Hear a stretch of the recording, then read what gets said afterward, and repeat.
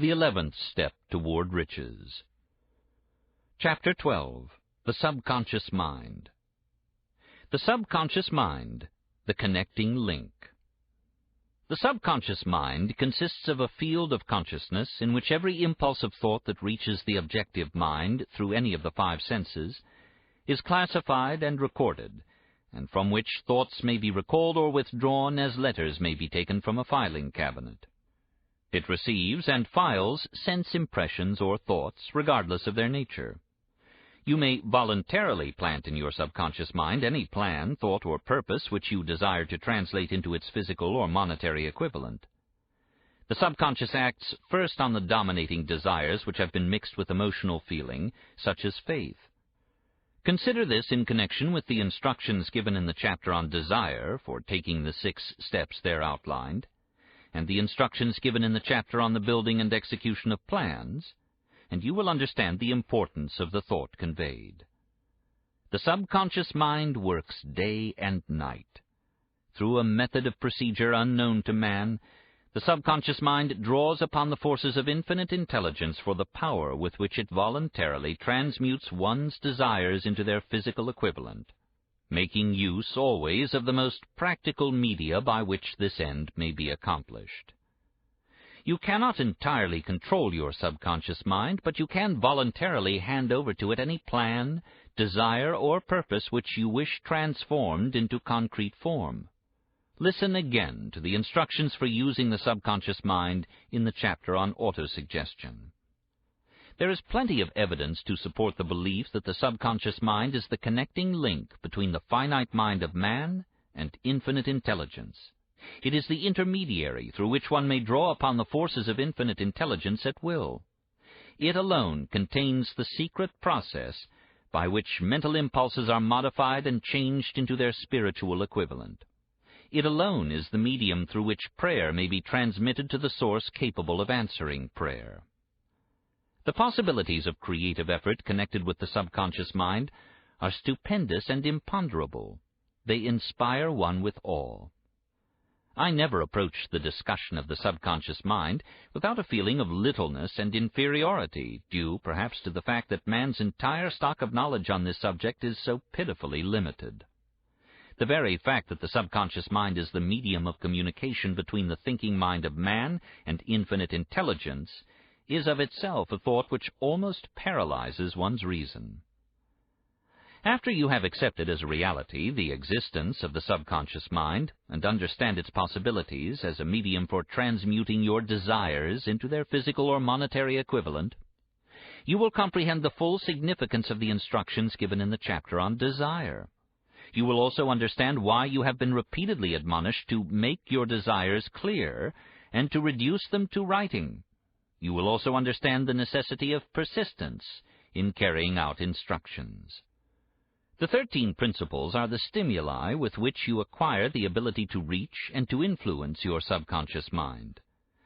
Do not become discouraged if you cannot do this upon the first attempt. Remember that the subconscious mind may be voluntarily directed only through habit, under the directions given in the chapter on faith. You have not yet had time to master faith. Be patient, be persistent. A good many statements in the chapters on faith and autosuggestion will be repeated here for the benefit of your subconscious mind. Remember, your subconscious mind functions voluntarily, whether you make any effort to influence it or not. This naturally suggests to you that thoughts of fear and poverty and all negative thoughts serve as stimuli to your subconscious mind unless you master these impulses and give it more desirable food upon which it may feed. The subconscious mind will not remain idle. If you fail to plant desires in your subconscious mind, it will feed upon the thoughts which reach it as the result of your neglect. We have already explained that thought impulses, both negative and positive, are reaching the subconscious mind continuously from the 4 sources which were mentioned in the chapter on sex transmutation. For the present, it is sufficient if you remember that you are living daily in the midst of all manner of thought impulses which are reaching your subconscious mind without your knowledge. Some of these impulses are negative, some are positive. You are now engaged in trying to help shut out the flow of negative impulses and to aid in voluntarily influencing your subconscious mind through positive impulses of desire. When you achieve this, you will possess the key which unlocks the door to your subconscious mind. Moreover, you will control that door so completely that no undesirable thought may influence your subconscious mind. Everything which man creates begins in the form of a thought impulse. Man can create nothing which he does not first conceive in thought. Through the aid of the imagination, thought impulses may be assembled into plans. The imagination, when under control, may be used for the creation of plans or purposes that lead to success in one's chosen occupation. All thought impulses intended for transmutation into their physical equivalent, voluntarily planted in the subconscious mind, must pass through the imagination and be mixed with faith. The mixing of faith with a plan or purpose intended for submission to the subconscious mind may be done only through the imagination. From these statements, you will readily observe that voluntary use of the subconscious mind calls for coordination and application of all the principles.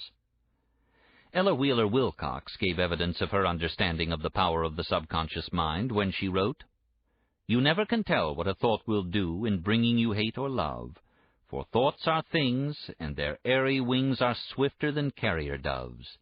They follow the law of the universe. Each thing creates its kind, and they speed o'er the track to bring you back whatever went out from your mind."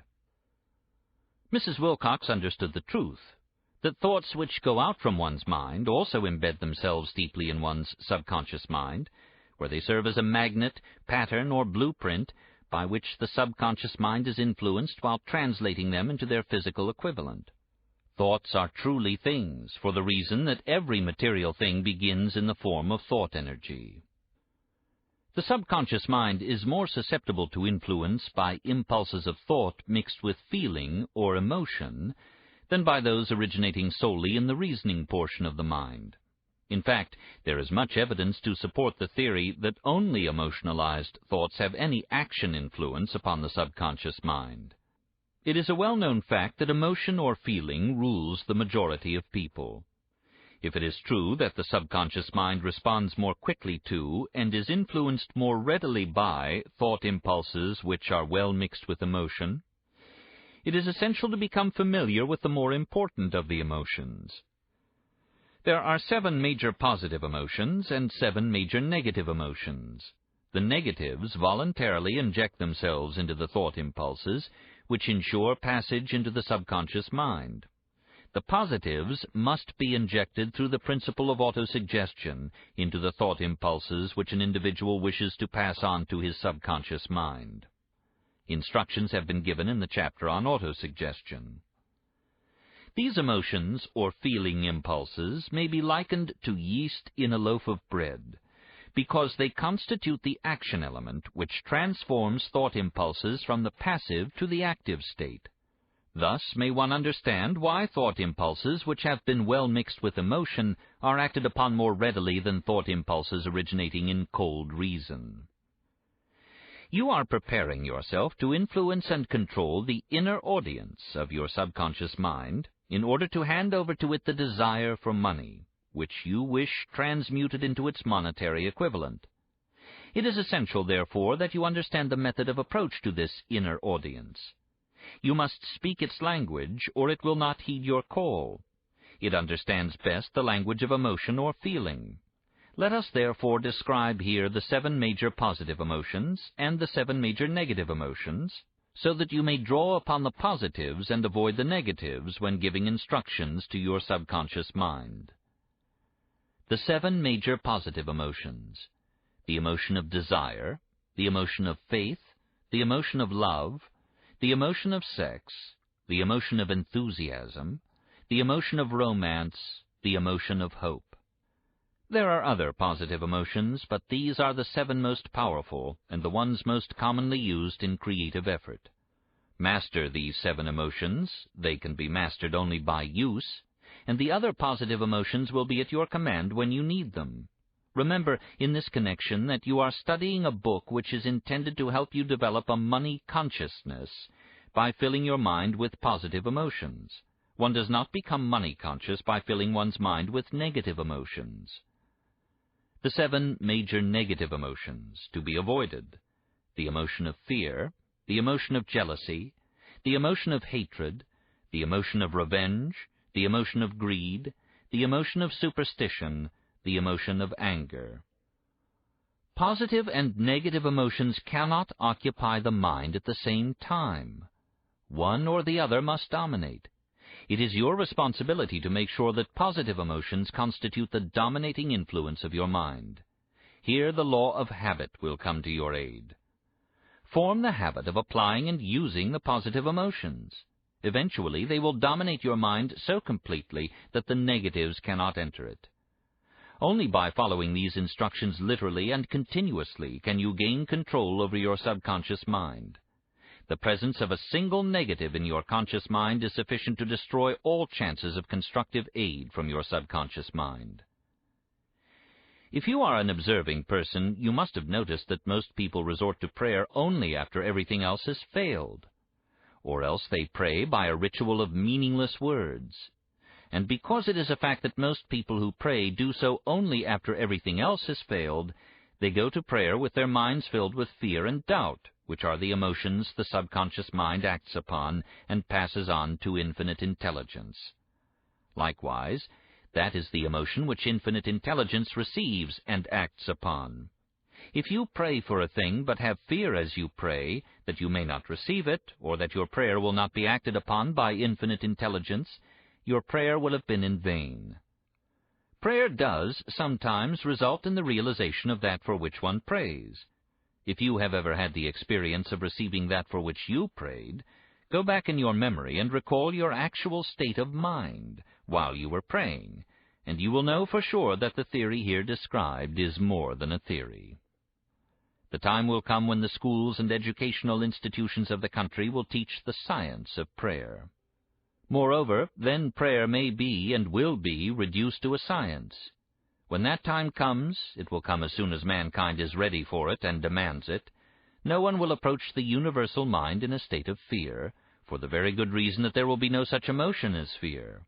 Ignorance, superstition, and false teaching will have disappeared, and man will have attained his true status as a child of infinite intelligence. A few have already attained this blessing. If you believe this prophecy is far-fetched, take a look at the human race in retrospect. Less than 100 years ago, man believed the lightning to be evidence of the wrath of God and feared it. Now, thanks to the power of faith, men have harnessed the lightning and made it turn the wheels of industry. Much less than 100 years ago, men believed the space between the planets to be nothing but a great void, a stretch of dead nothingness. Now, thanks to this same power of faith, men know that far from being either dead or a void, the space between the planets is very much alive, that it is the highest form of vibration known, excepting perhaps the vibration of thought. Moreover, men know that this living, pulsating, vibratory energy which permeates every atom of matter and fills every niche of space connects every human brain with every other human brain. What reason have men to believe that this same energy does not connect every human brain with infinite intelligence? There are no toll gates between the finite mind of man and infinite intelligence. The communication costs nothing except patience, faith, persistence, understanding, and a sincere desire to communicate. Moreover, the approach can be made only by the individual himself. Paid prayers are worthless. Infinite intelligence does no business by proxy. You either go direct, or you do not communicate. You may buy prayer books and repeat them until the day of your doom, without avail. Thoughts which you wish to communicate to infinite intelligence must undergo transformation, such as can be given only through your own subconscious mind. The method by which you may communicate with infinite intelligence is very similar to that through which the vibration of sound is communicated by radio. If you understand the working principle of radio, you of course know that sound cannot be communicated through the ether until it has been stepped up, or changed into a rate of vibration which the human ear cannot detect. The radio sending station picks up the sound of the human voice and scrambles or modifies it by stepping up the vibration millions of times. Only in this way can the vibration of sound be communicated through the ether. After this transformation has taken place, the ether picks up the energy, which originally was in the form of vibrations of sound, carries that energy to radio receiving stations, and these receiving sets step that energy back down to its original rate of vibration so it is recognized as sound. The subconscious mind is the intermediary which translates one's prayers into terms which infinite intelligence can recognize, presents the message, and brings back the answer in the form of a definite plan or idea for procuring the object of the prayer. Understand this principle, and you will know why mere words read from a prayer book cannot and will never serve as an agency of communication between the mind of man and infinite intelligence. Before your prayer will reach infinite intelligence, a statement of the author's theory only, it probably is transformed from its original thought vibration into terms of spiritual vibration. Faith is the only known agency which will give your thoughts a spiritual nature. Faith and fear make poor bedfellows. Where one is found, the other cannot exist.